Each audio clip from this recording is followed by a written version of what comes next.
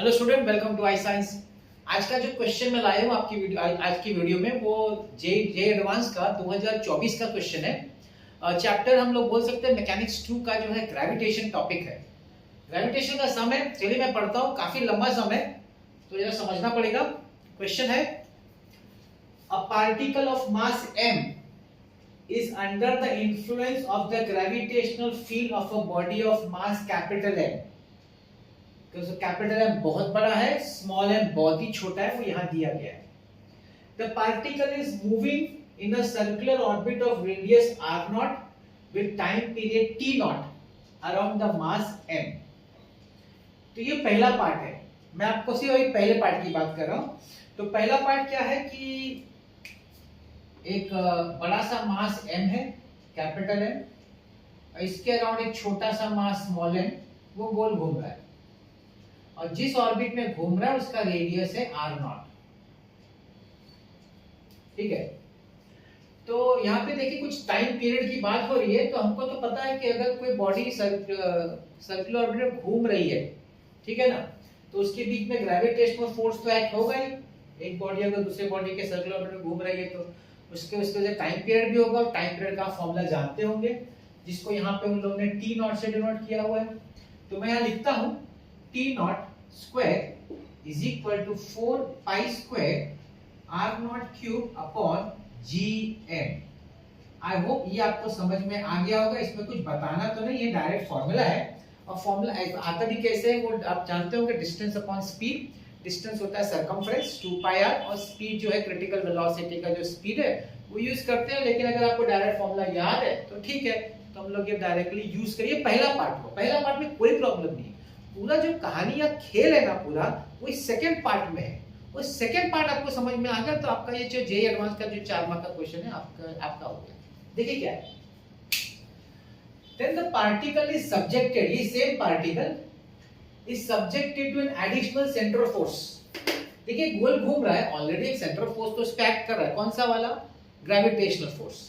अब बोल रहा है कि एक एडिशनल सेंटर फोर्स, एडिशनल, ध्यान दीजिएगा, additional centre of force act कर रहा है उसके ऊपर, corresponding to the potential energy. उस फोर्स का पोटेंशियल एनर्जी दिया, फोर्स नहीं दिया, corresponding to the potential energy. ये पोटेंशियल एनर्जी है, where alpha is a positive constant, ठीक है, r is a distance, okay, वो भी दिया है, वो भी समझ में आ गया।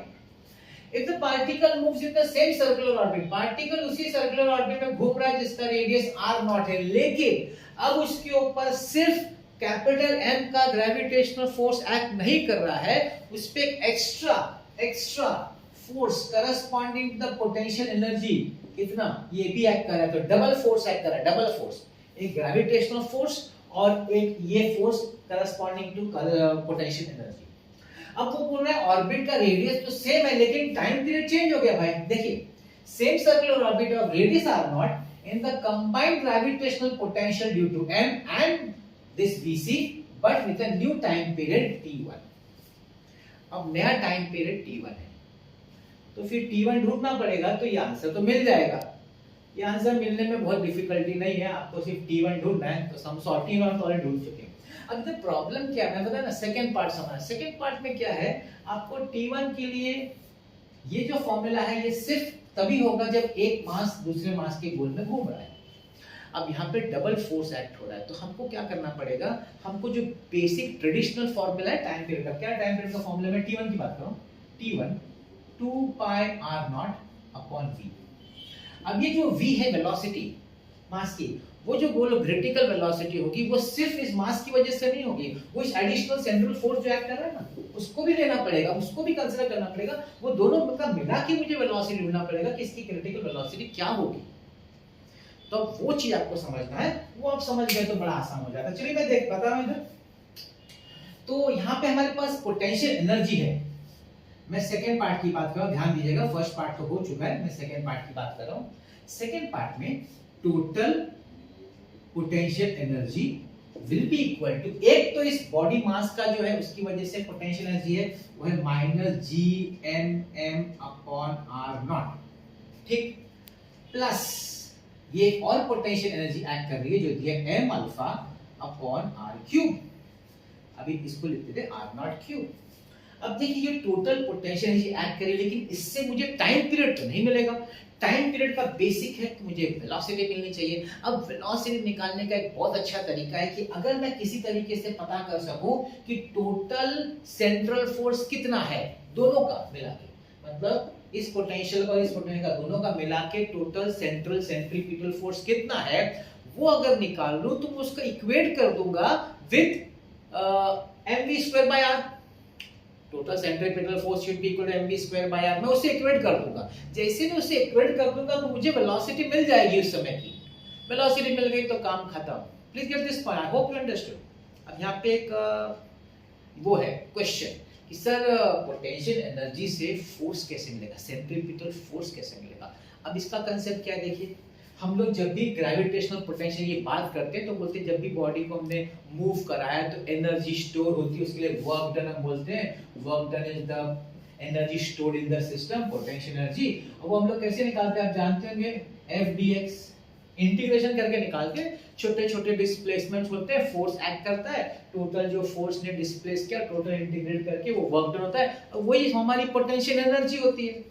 तो अगर मुझे ये फोर्स दिया है तो पोटेंशियल मिलता है। अगर मुझे पोटेंशियल चाहिए, मैं सॉरी पोटेंशियल दिया है और अगर फोर्स ढूंढना है तो उल्टा करेंगे। तो क्या करेंगे, फोर्स जो हो जाएगा that will be du by dx. I hope you got this point. If potential energy is the integration of force with the displacement, then the force should be equal derivative of potential energy with respect to x, that is with respect to the displacement. ये concept आपको समझना है, बस problem solve. अब देखिए ध्यान से क्या होने वाला है। ये मेरा पोटेंशियल एनर्जी है तो मैं फोर्स निकाल रहा हूं, centripetal force, centripetal force F वो कंसेप्ट यूज कर रहा हूं, du by d। अब यहाँ पे हम लोग r0 लेंगे क्योंकि रेडियस r0 है, तो इसका डेरिवेटिव लेंगे d by dr0 minus gmm upon r0 plus m alpha upon r0 cube, ठीक है, इज इक्वल टू, अब आप जानते हैं gmm तो कांस्टेंट है, सिर्फ r0 का 1 अपॉन r का 1 अपॉन x का डेरिवेटिव 1 अपॉन x स्क्वायर, ठीक है ना। तो ये समझ गए। अभी ये भी m अल्फा तो कांस्टेंट बोला ही है, तो सिर्फ r0 क्यूब है, r0 का हमारा डेरिवेटिव हो जाएगा। एक्चुअली आप इसको ऐसा भी समझ सकते हैं कि हम dr ले लें, बाद में उसको चेंज करें r0 पे, मैं वो करता हूं, वो ज्यादा ठीक रहेगा। अभी हम लोग इसको r लेते हैं, बाद में उसको r0 पे कन्वर्ट कर देंगे, इसमें कन्वर्ट कर देंगे, तो ठीक है।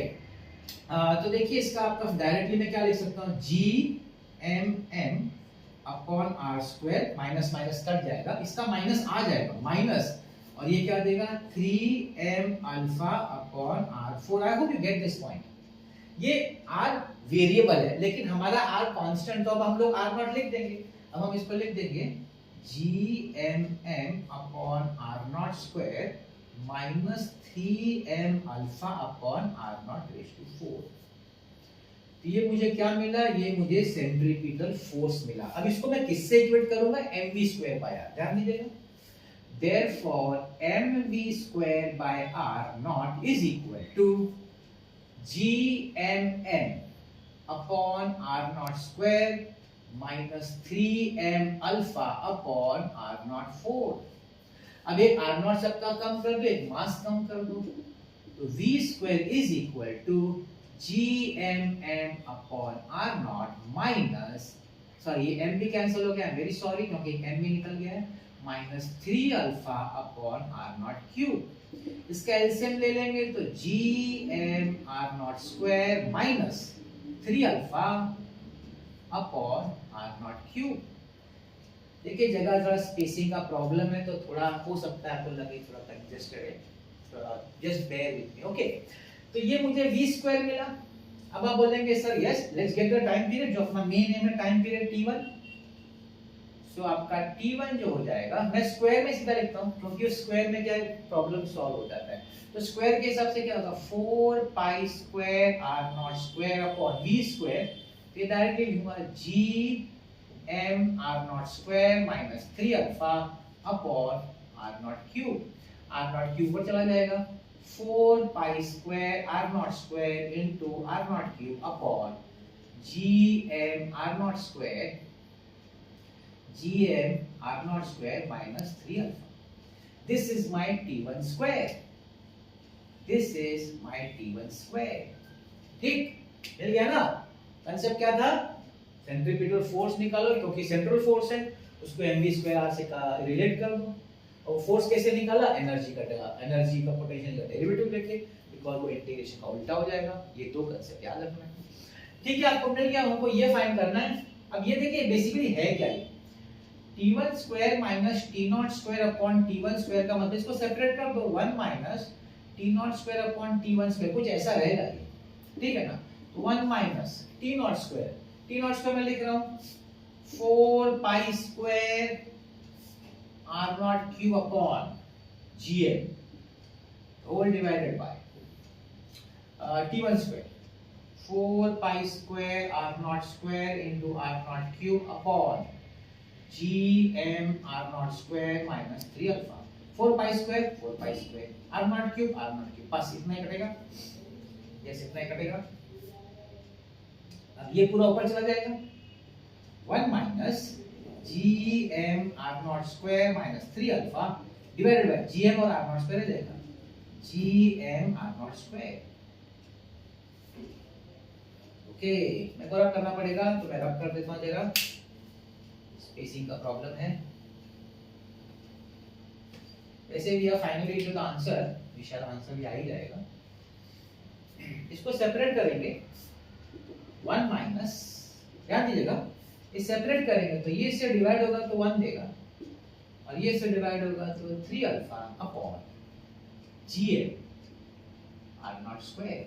1 माइनस 1 कटा, minus minus plus 3 alpha upon gm r0 square. And the option is A. The option is A. है कि नहीं? कंसेप्ट सिंपल है, थोड़ा सा ये समझना है डेरिवेटिव और इंटीग्रेशन कैसे कन्वर्ट हो गया वो समझना है आपको। ये पार्ट आपको समझ में आ गया ना, इस सब में कुछ भी नहीं, बहुत ही इजी क्वेश्चन।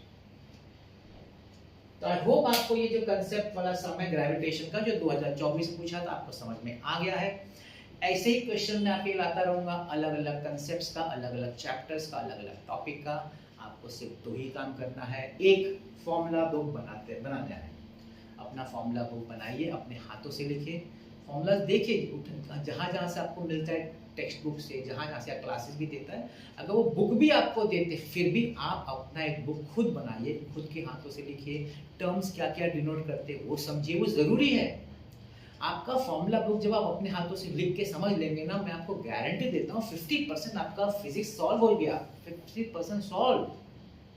दूसरा 50% क्या करना है वो भी समझ लीजिए। आपको जब प्रैक्टिस करना है, पहली बार प्रैक्टिस तो आप जैसा करते वैसा करिए, उसमें मैं कुछ नहीं बोलना है, लेकिन सेकेंड थर्ड जब आप प्रैक्टिस करेंगे ना, आप कंटिन्यूस मत करिए, अलग अलग चैप्टर सम उठाइए। हो सकता है तकलीफ होगी, चलेगा, फॉर्मूला बुक सामने रखिए, सम देखिए और उसको सॉल्व करिए। स्टार्टिंग में तकलीफ होगी, लेकिन मेरी बात आप ध्यान रखिएगा, आपको बाद में बहुत अच्छा लगेगा, क्योंकि आपका सेम चीज आपका एग्जाम में होने वाला है। रैंडम क्वेश्चंस आएंगे, आपने अगर रैंडम क्वेश्चंस का प्रैक्टिस अलग अलग चैप्टर से किया है ना, आपका पेपर पे एकदम स्मूथ जाने वाला है एंट्रेंस, ये मेरी गारंटी है। ये 2 काम करिए आप, देखिए आपको बहुत ज़्यादा सम प्रैक्टिस करना ही नहीं पड़ेगा, मैं आपको बता रहा हूँ। आप थोड़े से सम में, थोड़ा मतलब एक reasonable amount of some practice करेंगे ना, हो जाएगा। करते रहिएगा। मेरा आप देखिए प्लेलिस्ट में मैंने अलग अलग सीटी है, जेईई मेंस है, नीट है, एडवांस है, सबके मैंने अलग अलग टॉपिक चैप्टर्स के सम उठाए, क्योंकि मैं चाहता हूँ कि बच्चों को चैलेंज मिले। जब वो मेरा सम देखें तो उनको याद आए कि उन्होंने टॉपिक किया है तो उसका फॉर्मूला क्या है, कैसे करने का, तो या रिकलेक्ट होगा अलग अलग चैप्टर से। सेम चैप्टर से अगर मैं करता रहूँगा तो क्या यही सेम फॉर्मूला बार बार हो रहा है, तो उससे कुछ आपको चैलेंज नहीं आएगा। मैं देखना चाहता हूँ, मैं स्टूडेंट को चैलेंज देना चाहता हूँ, कोई भी सम आपके सामने आ गया है तो आप उसको कैसे सॉल्व करेंगे ये आपको तो लाता रहूंगा मैं ऐसे ही सम्स। आज का मेरा वीडियो देखने के लिए बहुत बहुत धन्यवाद। Thank you.